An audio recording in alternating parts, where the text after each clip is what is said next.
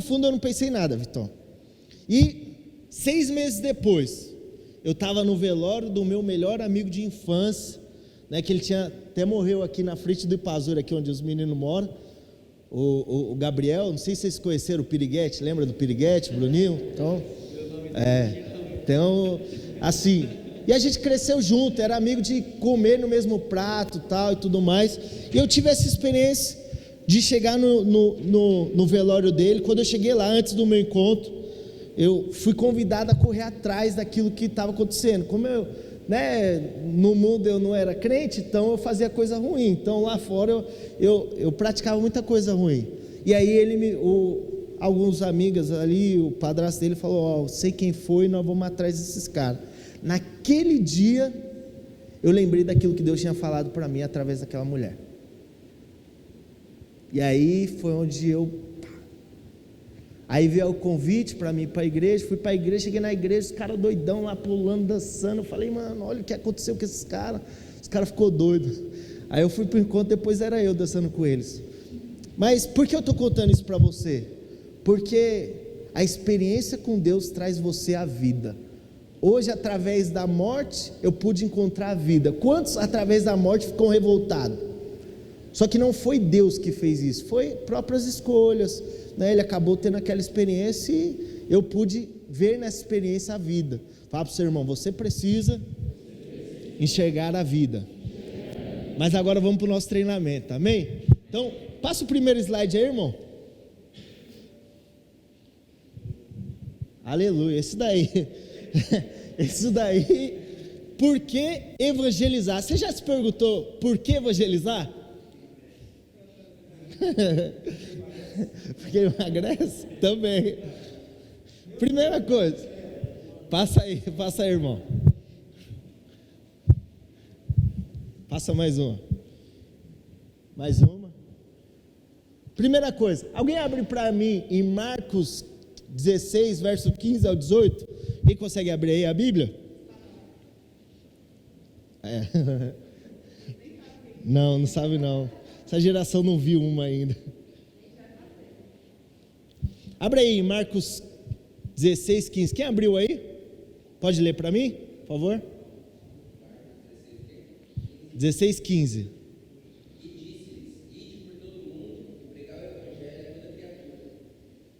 Essa é uma referência bíblica porque nós devemos evangelizar. Porque é um mandamento de Deus. Você ir, pregar o evangelho, fazer discípulos aonde você for. É só na minha casa, Gustavo? Não. É só no meu trabalho? Não. É só na célula que eu preciso pregar o evangelho? Fala para o seu irmão: não. Fala: é todo mundo. Uma coisa importante que eu e você precisamos entender: nós vamos sair na rua, daqui a pouco eu vou fazer um negócio aqui com vocês, mas nós vamos sair na rua para evangelizar, sim ou não? E nós vamos evangelizar o que lá na rua? Mas que tipo de pessoas? Todas? Mas nossas células não é de jovens? Nós vamos evangelizar o quê?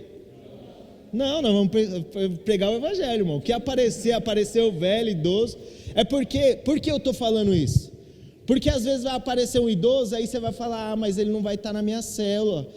Mas ele não... Nós não estamos evangelizando por números, nós estamos evangelizando por Cristo. Fala para o seu irmão: você vai evangelizar por conta de Cristo. Mas você vai entender. Uma vez eu fui fazer uma visita, e nessa visita eu cheguei lá para pegar os jovens, né? A mãe me chamou lá porque os filhos estavam precisando de Jesus, tal. Os filhos deram tudo Pelé. Ficou para mim a tia e a avó. A avó tinha 98 anos, mano. Cheguei lá, ela estava com o pé na eternidade já, irmãos. Estava assim, a velhinha chegou assim. Eu falei: é essa daqui que eu vim ganhar.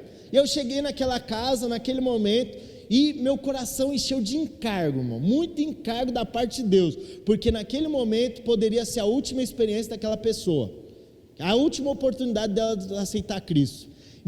Eu ministrei o evangelho, não ministrei de pegar a Bíblia, mas falei de Jesus, da obra do Calvário, do amor de Deus, falei daquilo que Deus podia fazer, da porta que estava aberta para ela. Naquele momento ela aceitou Jesus e foi salva. Não sei se ela está viva hoje, mas se não está viva, ela está na eternidade com Cristo. Fala para o seu irmão, esse é o poder do Evangelho. Quantos creem nisso? Pode passar mais um aí. Mais um só. Aê. Uma coisa é muito importante nós entendermos por que evangelizar. Quantos aqui já viram um pé de abacate? Quantos aqui já viram um pé de abacate? Quantos abacates é necessário um pé para dar para saber que é um abacateiro? Nenhum, 10, 15. Fala para o seu irmão, nenhum. Então é muito importante você entender isso. Essa é a chave. Porque a questão não está no abacate, no fruto do abacate, está no DNA. Se ele é um abacateiro, ainda que ele não dá abacate, né? Meu pai tem um terreno lá em Parelheiros, e esse terreno tinha um pé de jaca, porque cortaram, tem 1 ano e meio, 2 anos, né? Cortaram pé de jaca, na verdade, pé de jaca lá. Ele tem a minha idade, tinha, né? Que ele é falecido hoje. Então ele tinha a minha idade, ele nunca deu uma jaca. Meu pai esperou a minha idade todo dia e nunca comeu do fruto, mas a gente sabia que ele era um pé de jaca, sim ou não? Abre aí em Romanos 5,19. Abre aí, Romanos 5,19. Então, a Bíblia diz o seguinte: porque como pela desobediência de um só homem, muitos foram feitos pecadores, assim pela obediência de muitos serão feitos, pela obediência de um, muitos serão feitos justos. Fala para o seu irmão, por causa da obediência de um, muitos serão justos. Então o que diz o texto aqui? Por conta do pecado de Adão, todo ser humano se tornou pecador. Ou seja, você não é pecador por pecar, você é pecador por conta do DNA que você nasceu com ele. Aí você fala, Gustavo, tem uma criancinha recém-nascida, ela já é pecadora? Sim. Pega uma criança de 1 ano de idade, dá uma bala para ela e tenta pedir de volta para ela, para você ver se ela não vai ser egoísta. Quantos aqui já tiveram essa experiência? É ou não é? Porque aquilo já vem na natureza. Fala para o seu irmão, a natureza adâmica já vem no homem. Então todo ser humano precisa ouvir o Evangelho. Isso precisa estar claro para mim e para você. Por isso que nós precisamos pregar o Evangelho para toda criatura. Pode ser que lá fora você encontre pessoas que mataram pessoas. Pode ser que você encontre pessoas que ficam o dia inteiro em casa e não fala com ninguém, não fala nem com a mãe, e ele se acha santo. E isso é muito importante que você saiba. Todos precisam da salvação. Não tem um, desde o mais pecador, aquele que matou, que fez um monte de coisa ruim da vida dele, até aquele que é o mais santo naturalmente. Você já percebeu, não sei se vocês já tiveram experiência assim, mas às vezes você pega um cara que tem 20 anos numa empresa, trabalhador, o cara só trabalha, cuida da família dele, tem o casamento dele e tal. Você vai falar de Jesus, mas eu sou uma pessoa boa, eu não faço mal para ninguém. Que precisa ouvir isso aqui é os caras que tá lá fora, que rouba, que mata, é assim ou não é? Quando já tiveram essa experiência?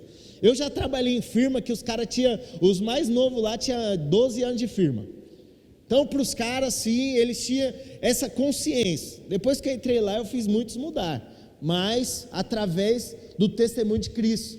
Mas é importante que você saiba disso. Romanos 5,19. Todos precisam do Evangelho. E a Bíblia diz que por conta da obediência de Cristo, hoje todos podem ser feitos justiça de Deus. Ou seja, todos podem ser salvos. Amém, irmãos? Ficou clara essa parte? Porque é muito importante você entender. Porque lá fora, você encontra vários tipos de pessoas. Vários tipos. Vários, assim. Eu estou falando para você que eu encontrei uma tiazinha que eu achava que nem existia mais esse tipo de gente assim nessa idade. Porque hoje é difícil você ver alguém com 98 anos que ainda anda, tal, não sei o que. Depois de uns anos eu ainda achei mais uns ainda. Mas por quê? O Evangelho é para toda criatura. Todo mundo carece da glória de Deus. Quantos entendem isso? Diga amém. Passa mais um aí, irmão. Não dorme não, fica comigo aí. Meu Deus e meu Pai.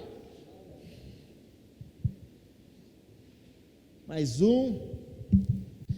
Então lá, eu falei basicamente isso. Não somos pecadores porque pecamos, mas sim por conta de um DNA que vem de Adão. Hoje, você, por conta do novo nascimento em Cristo, quantos aqui já foram batizados nas águas? O batismo, ele aponta para esse novo nascimento, essa nova vida. Então, quando você não é batizado, você, tem um DNA, o DNA caído, que é o DNA de Adão, o DNA pecador. Quando você é batizado nas águas, você nasce de novo, você nasce em Cristo. Mas, Gustavo, eu não batizei ainda. Você ainda tem oportunidade. Fala para o seu irmão, você ainda tem oportunidade. Mas o batismo nas águas é uma consequência de uma experiência sobrenatural que você já tem com Cristo, amém, irmãos? Então, se você não é batizado e você teve uma experiência com Cristo e está esperando o próximo batismo, pode ter certeza, essa experiência já tem se consumido em você, amém?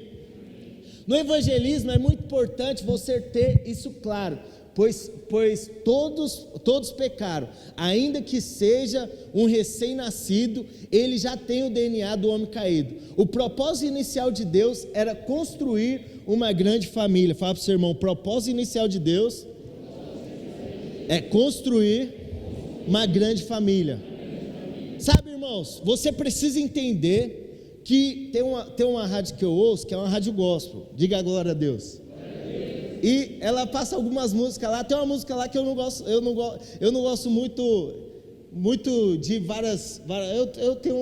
Quando eu ouço uma música, eu fico ouvindo ela várias vezes. Só que por ser rádio, passa um monte de música. Às vezes você está lá no mau mover, você quer voltar e não volta, né? Não dá para voltar mais.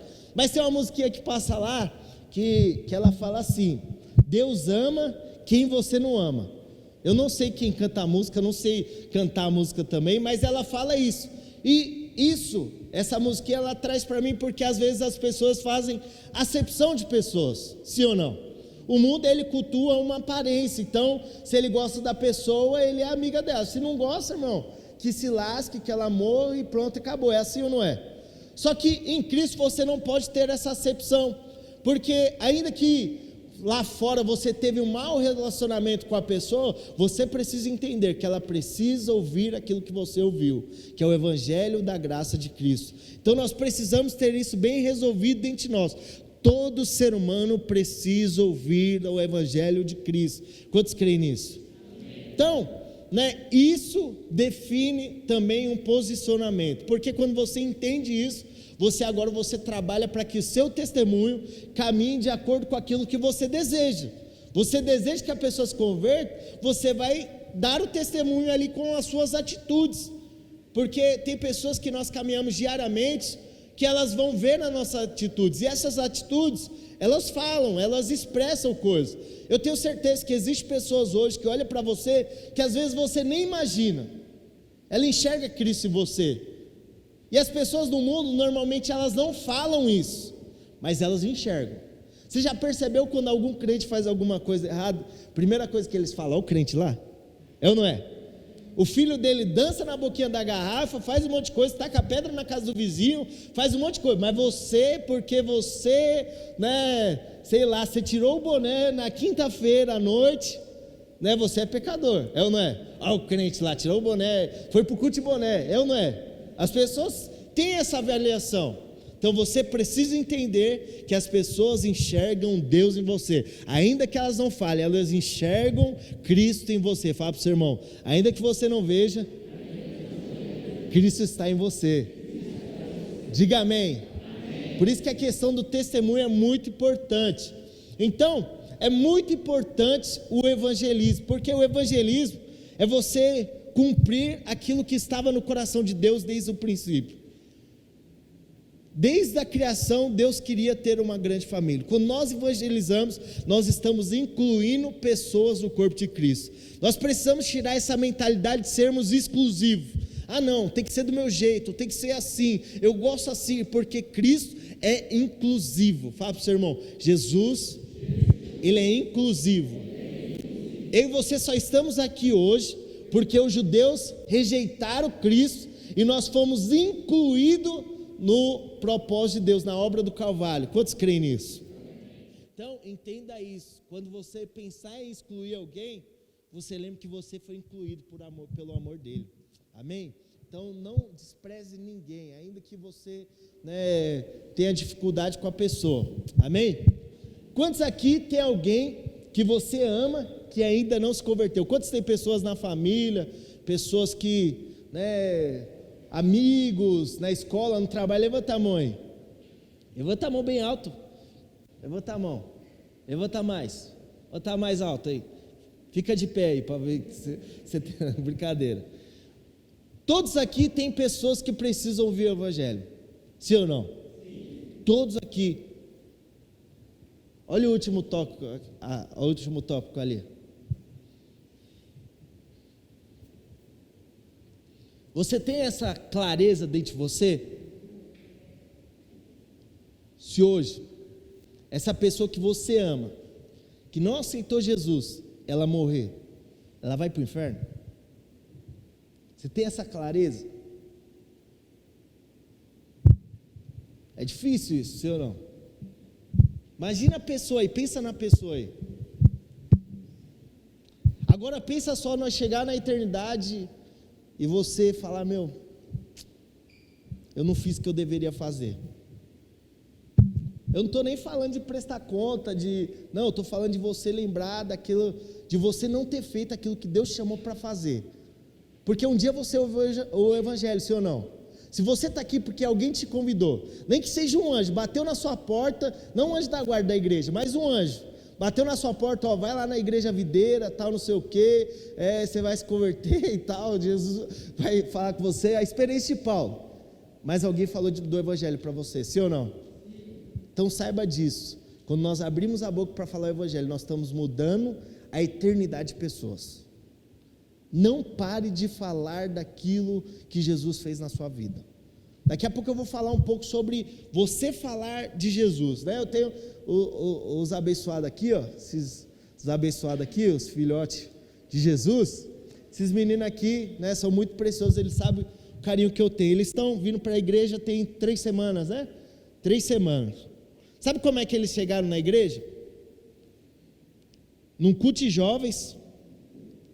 Eles nem sabem disso, mas posso falar para eles? Eles vão ouvir, vai uma hora para ouvir. Não faça isso não, tá, irmão? Vocês estão... No culto de jovens, tinha irmãos da nossa igreja, fora do culto de jovens, na pracinha aqui fora, no horário do culto, estava aqui fora, e aí os irmãos chegam aqui. Você sabe que quando você faz coisa errada, quem leva a culpa não é você, né? É o discipulador. Os irmãos já procuram, que rede ele é? Pergunta nem a célula, de que rede ele é?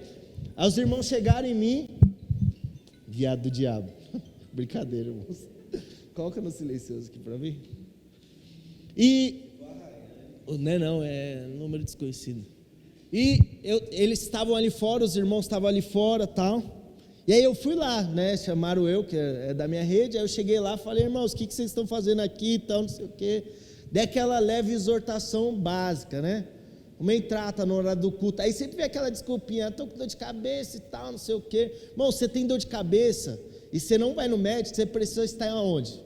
Em Cristo, porque em Cristo está a cura, está o milagre, está a libertação, tá?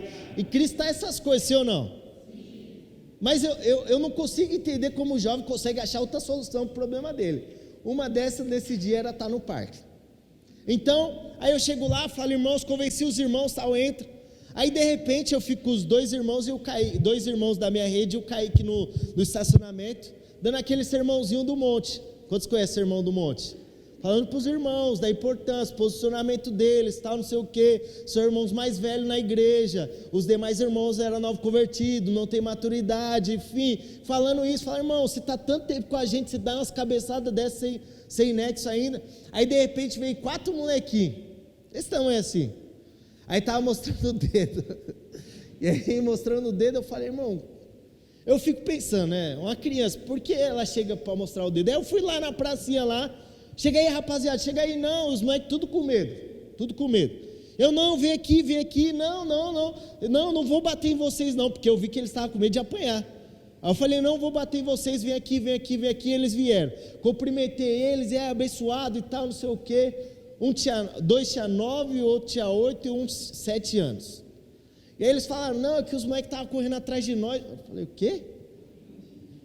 Não, mas você não tem, não, está errado isso aí, não, eles fizeram errado, não leve em consideração não, fazer um convite para vocês, amanhã a gente vai ter culto aqui na igreja, vocês já foram na igreja? Não fui e tal, não sei, não, já fui, enfim, eu convidei os moleques para o culto, até brinquei com eles, vai ter comida lá no culto, você vai gostar, você tem cara que gosta de comer, aí ele já deu aquela risadona, já descontraí, porque ele estava passando por um momento de opressão, não era perseguição pelo evangelho, era perseguição do evangelho, eu nunca entendi esse tipo de coisa, né? Mas um dia Jesus me dá graça para entender esse tipo de coisa, e eu convidei esses meninos, você não vai acreditar, eles vieram para o culto, 3 crianças, se arrumaram, se vestiram, todo bonitinho, cabelo arrepiadinho e tal, não sei o que, chegaram aí chegaram lá no culto das 3, aí perguntaram, cadê o pastor Gustavo, não sei o que, os caras não sabiam quem era, eu nem tinha falado que era igreja evangélica, você vê como é que é as coisas, e aí eles voltaram no culto das 6, no culto das 3 eles não conseguiram me achar, mas eu estava aqui, que os irmãos da escala não sabiam quem era, então, aí no culto das 6 eu encontrei com eles participaram do culto, gostaram, serviram no culto, no domingo